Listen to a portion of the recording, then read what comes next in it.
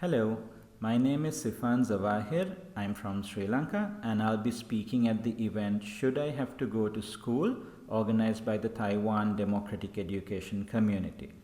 At this event, we will talk about compulsory education, and to lead into that, I'd like to share a little story from Sri Lanka about our national flower.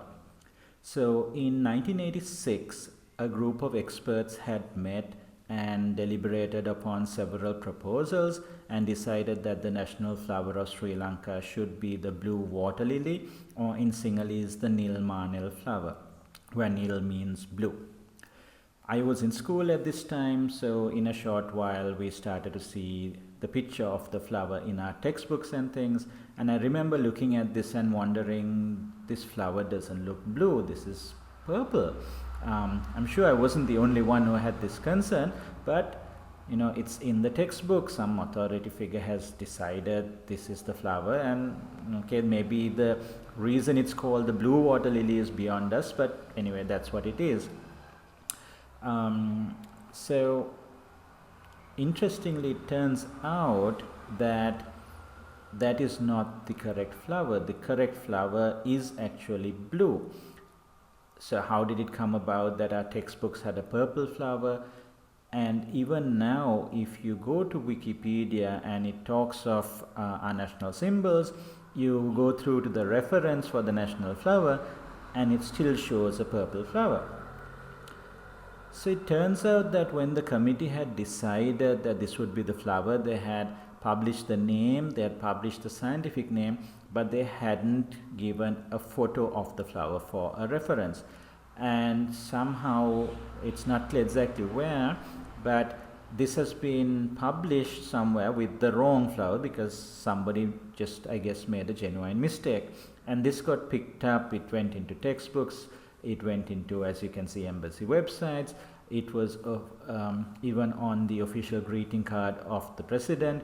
And for all intents and purposes, it seemed that somehow the blue water lily was now this purple flower. But fortunately, I guess, there had been some experts, some botanists who realized that being a mistake. This is not the blue water lily, this is not the Nilmanel flower. This is some imposter, and it also turns out that the blue water lily is endemic to Sri Lanka, but this imposter was an imported flower which could never have been the national flower because they wanted an endemic flower.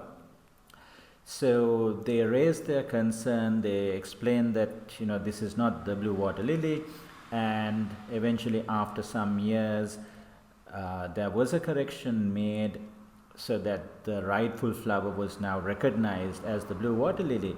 But even now, the embassy website that Wikipedia refers to is still showing the purple flower. If you search for Nilmanel on Google, you're going to get more results of purple flowers than of blue flowers.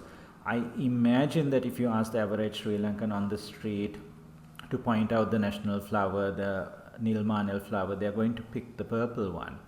So despite the fact that her correction has been made, people still haven't understood or haven't realized what the correct flower is. And why I shared this story is that something very similar has happened with the understanding of compulsory education.